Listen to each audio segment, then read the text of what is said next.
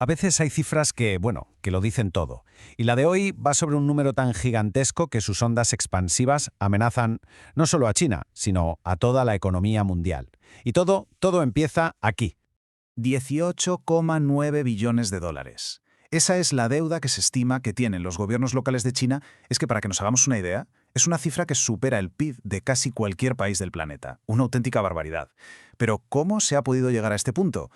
Entonces, la pregunta del millón es ¿cómo se ha llegado hasta aquí? Porque, ojo, esto no ha pasado de la noche a la mañana. Esto es el resultado de una cadena de acontecimientos como una fila de fichas de dominó que han ido cayendo una tras otra. Y la primera ficha, la que lo empezó todo, es la clave. Y esa primera ficha, el origen de todo, es el colapso de lo que una vez fue la clase de activo más grande del mundo, el sector inmobiliario chino. No estamos hablando de algo nuevo, ¿eh? Esto lleva ya 5 años cociéndose a fuego lento, una implosión que ha ido cogiendo más y más fuerza. La cosa es tan seria que hasta gigantes que parecían intocables, empresas respaldadas por el Estado como Banque, están ahora mismo al borde del abismo. Y aquí se ve la magnitud del desastre. Los ingresos por la venta de suelo, que era la principal fuente de dinero para los gobiernos locales, se han hundido. Pasaron de un pico de 8,7 billones de yuanes en 2021 a una estimación de apenas 3 billones para 2025. O sea, un agujero financiero descomunal. Claro, una caída tan brutal en los ingresos tenía que tener una consecuencia directa e inmediata. El problema saltó del sector privado a las cuentas públicas, y lo que provocó fue una crisis de liquidez masiva. Es que aquí está la clave de todo. Se deja de vender suelo y se corta el grifo del dinero. Así de simple y así de dramático. De repente, los gobiernos locales se encontraron sin un duro para pagar sus operaciones, sus proyectos y sus servicios públicos. Y la reacción fue, a la desesperada. Si no entra dinero, hay que pedirlo prestado. Así que los gobiernos locales empezaron a emitir bonos de deuda a un ritmo nunca visto para intentar tapar ese agujero. Y fue justo ahí cuando la bola de nieve de la deuda se hizo gigante y empezó a rodar sin control.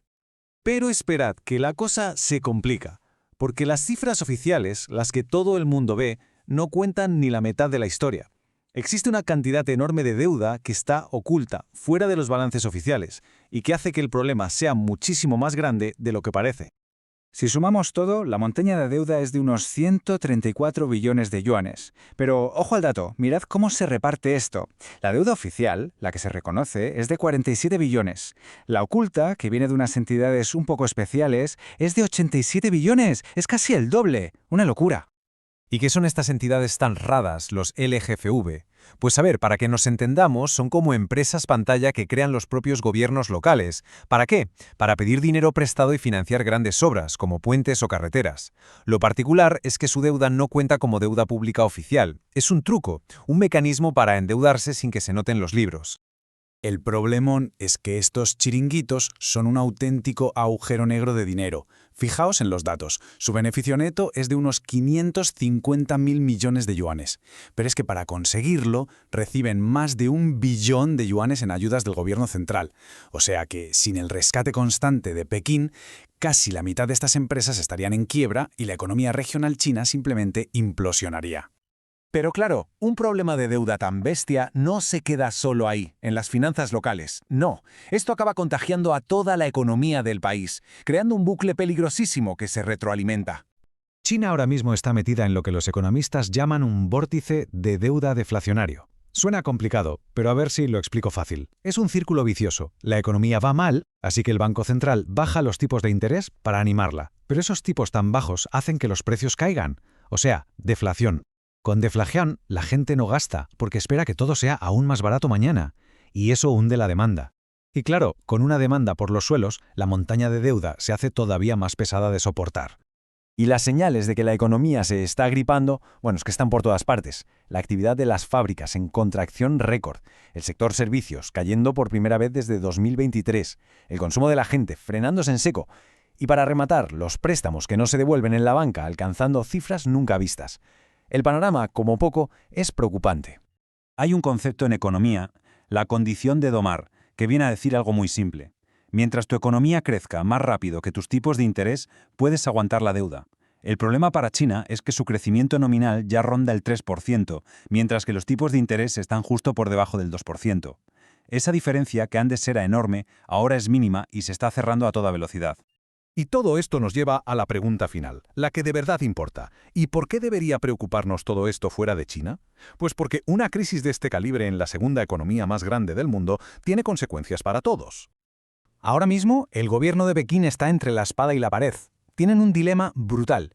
Si meten más dinero para estimular la economía, se arriesgan a inflar todavía más una burbuja de deuda que ya es gigantesca. Pero si no hacen nada, la economía podría entrar en una espiral descendente muy peligrosa. Hagan lo que hagan, el riesgo es inmenso. Y hay una frase que lo resume todo a la perfección. Pueden bajar los tipos de interés todo lo que quieran, pero no va a servir de mucho si la confianza de la gente está por los suelos y nadie se atreve a pedir un préstamo para comprarse una casa. El problema ya no es solo económico, es un problema de confianza. ¿Y el impacto para el resto del mundo? Pues a ver, varias cosas. La primera es que China podría intentar salir de su crisis inundando el planeta con sus productos a precios de derribo. Es lo que se llama exportar deflación, y haría mucho daño a las industrias de otros países.